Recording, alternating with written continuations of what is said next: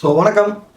நம்ம இன்னைக்கு வீடியோவில் என்ன பார்க்க போகிறோம் அப்படின்னா, ஒருத்தங்க சொல்லியிருந்தாங்க இல்லையா, இந்த பர்த்டே vlog பண்ணுங்க அப்படின்னு சொல்லிட்டு. நான் அன்றைக்கி ஒரு வீடியோ போட்டிருந்தேன். ஏதாச்சும் வந்து இன்றைக்கி மழை பெய்யுது, நான் எங்கேயும் போகிற ஐடியாவில் இல்லை அப்படின்னு சொல்லிட்டு. அதுக்கப்புறம் ஒரு பெரிய ட்விஸ்ட் நடந்துச்சு. என்னென்னு பார்த்தீங்கன்னா, ஒரு மணி 1:30 இருக்கும். என் ஃப்ரெண்ட்ஸ் எல்லாம் மொத்தமாக வீடியோ வந்துட்டானுங்க அந்த மழையிலையும். என்னடா வந்துட்டீங்கன்னு கேட்டால், வா மச்சான் எங்கடா போகலாம் அப்படின்ற மாதிரி சொன்னாங்க. ஸோ வந்து நான் என்னோடய டீம் எல்லாம் கூப்பிட்டுக்கிட்டு எங்கடா போகலான்னு யோசிச்சுட்டு இருக்கும்போது தான் எனக்கு ஒரு ஐடியா வந்துச்சு. மெரினா மாலில் இருக்க டக் அவுட். அது வரைக்கும் நாங்கள் பார்த்ததே கிடையாது. ஸோ எல்லாம் குதிக்கிறாங்க, ஜம்ப் பண்ணுறாங்க, நம்மளும் அந்த மாதிரி போகலான்னு சொல்லி ஆசைப்பட்டு நாங்கள் அந்த இடத்துக்கு போனோம். அங்கே போனால் பார்க்கிங்க்கு ஒரு காசு, அதுக்கப்புறம் நாங்கள் குதிக்கிறதுக்கு ஒரு காசு. அது வந்து வெறும் இதில் குதிக்க முடியாது, அது சாக்ஸ் போட்டு தான் குதிக்கணுமா. அந்த சாக்ஸுக்கு ஒரு அமௌண்ட்டு அப்படி இப்படின்னு தீட்டிட்டாங்க ஒரு பெரிய அமௌண்ட்டாக. சரி, ஆனால் ஒரு மாதிரி ஃபன்னாக தான் இருந்துச்சு. ஃபஸ்ட்டு போனோம், அங்கே வேலை செய்கிற ஒருத்தர்கிட்டே கொடுத்து வீடியோ கொடுத்து, இப்போ நாங்கள் போய் குதிக்கிறோம், நீங்கள் வீடியோ எடுங்க அப்படின்னு சொல்லிட்டு அது ஒரு வீடியோவாக எடுத்தோம்.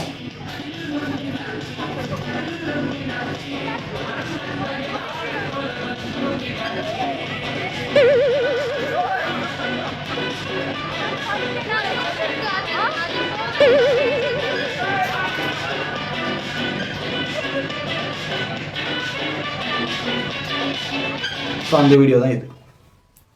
ஸோ அதுக்கப்புறம் பார்த்தீங்கன்னா வந்து ஒரு மாதிரி ஏதோ பெருசாக சுற்றிக்கிட்டு இருக்கோம், அது மேலே நம்ம நடக்கணுமா ஆனால் விழாமல் நடக்கணுமா, அந்த மாதிரி ஒரு டாஸ்க் ஒன்று கொடுத்தாங்க. இந்த நிஞ்சா வாரியர் அப்போல்லாம் போடுவாங்கள்ல போகோல, அந்த மாதிரி நாங்கள் பாட்டு நடந்து போயிட்டுருக்கோம். நம்ம கூட வந்தவங்கலாம் வந்து எமகாதுங்க தள்ளி தள்ளி விட்டுட்ருக்கானுங்க, எல்லாம் டபுள் டம்முன்னு கீழே விழுந்து.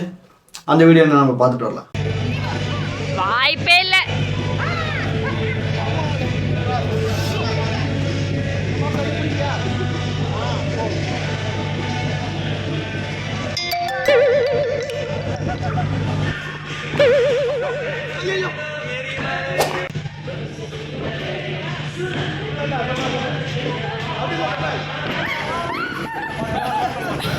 அவனை இரு.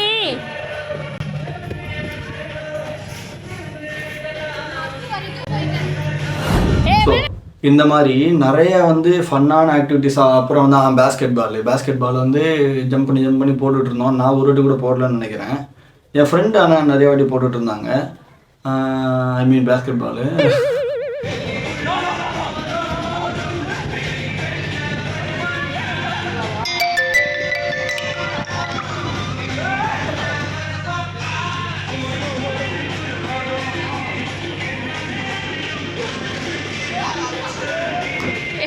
மூஞ்சிலே விட வர.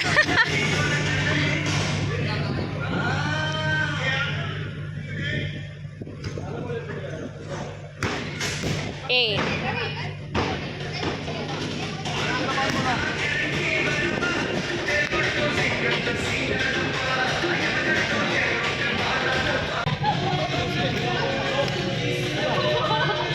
போலாம்.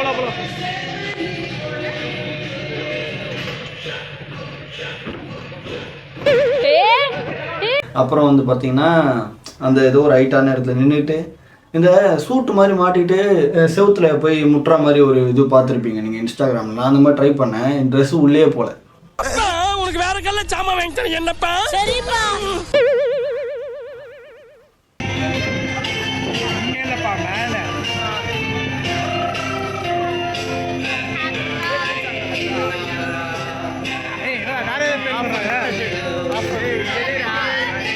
ஸோ இந்த மாதிரிலாம் இருந்துச்சு. ஸோ அதுக்கப்புறம் நான் என்ன பண்ணேன் அப்படின்னா, நமக்கு வந்து ஃபியர் பாட்டு போட்டானுங்க. ஃபியர் பாட்டு போட்டோடனே நமக்கு தான் ஜூனியர் என்டிஆர் மாதிரி ஒரு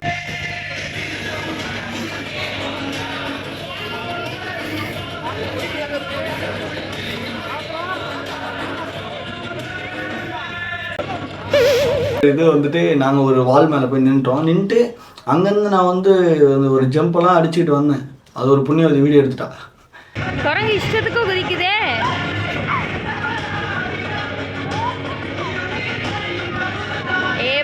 பத்திரம். இந்த மாதிரிலாம் வந்து நிறைய ஃபன்னான இதெல்லாம் பண்ணிவிட்டு அப்புறம் வந்து அங்கே ஒரு வழியாக வந்து ஃபன்னு முடிஞ்சு. அப்புறம் எங்கடா போய் சாப்பிட்லாம் அப்படின்னு சொல்லிட்டு ஒரு பெரிய யோசனையாக இருந்துச்சு. அந்த கடையை தேடுறதுக்கே வந்து எங்களுக்கு 4-5 கடை, ஒரு 4-5 ஏரியா சுற்றிட்டோம். ஸோ கேளம்பாக்கம்லாம் தாண்டி போயிட்டு சுற்றிட்டோம், கிடைக்கவே இல்லை கடை. அதுக்கப்புறம் வந்து ஹோட்டல் ஹங்கரி அப்படின்னு சொல்லிட்டு ஒரு கடை. தயவு செஞ்சு வந்து அந்த கடைக்கு நீங்கள் போயிடாதீங்க, ஹோட்டல் ஹங்கரின்னு போட்டிருந்தா. நாங்கள் வந்து தெரியாதனமாக போய்ட்டு அங்கே ஹோட்டலில் மாட்டிக்கிட்டோம். ஸோ நீங்கள் வந்து அங்கே போய் மாட்டிக்காதீங்க. அதே மாதிரி அங்கே சாப்பாடும் அந்தளவுக்கு ஒன்றும் சரியில்லை. அப்படியே வந்துகிட்டே இருந்தோம். ஒரு வழியாக வந்து ஈவினிங் வந்து ஒரு 6 மணி 6:30 மணி இருக்கும்னு நினைக்கிறேன். ஸோ வந்து இந்த சிறுசேரி ஆர்ச்சுக்கு பக்கத்தில் வந்துகிட்டே இருக்கும்போது என்ன ஆச்சுன்னு பார்த்தீங்கன்னா, கரெக்டாக வந்து எனக்கு ஒரு ஃபோன் வருது.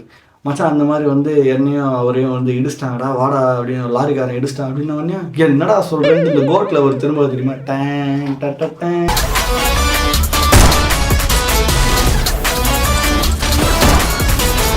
அந்த மாதிரி திரும்பி ஒன்றா ஃபாஸ்ட்டாக போனால் அந்த இன்சிடென்ட் நடந்த இடத்தையும் தாண்டி போயிட்டேன் நான். ஆர்வக்கோளாறு, வேறு ஒன்றும் இல்லை. அப்புறமேட்டு திரும்ப யூட்டர்ன் பண்ண வந்தால் எனக்கு இன்னொருத்தன் கால் பண்ணுறா, டேய் பிரச்சனையாக முடிஞ்சிடும் போல எங்கடா இருக்குது அப்படின்ட்டு வந்துட்டு அப்படின்ட்டு போனால் அங்கே பார்த்தா நல்லா க்ரௌட் ஆயிடுச்சு. அதுக்குள்ளே நல்ல வேலை நம்ம ஃப்ரெண்ட்ஸுக்கு ஒன்றும் பெருசாக அடிப்படல. பின்னாடி உட்காந்து என்னோட இன்னொரு ஃப்ரெண்டுக்கு தான் கொஞ்சம் உள்ள பாடி உள்ள பிடிச்சிக்கிச்சு. ஸோ இப்போ கொஞ்சம் அவனுங்க நல்லா ஃபைனாக இருக்கானுங்க. ஸோ இந்த பர்த்டே வந்து நான் மட்டும் இல்லை, என் கூட வந்து யாருமே மறந்துருக்க மாட்டாங்க. சரியான பிளாஸ்ட்டு தான்.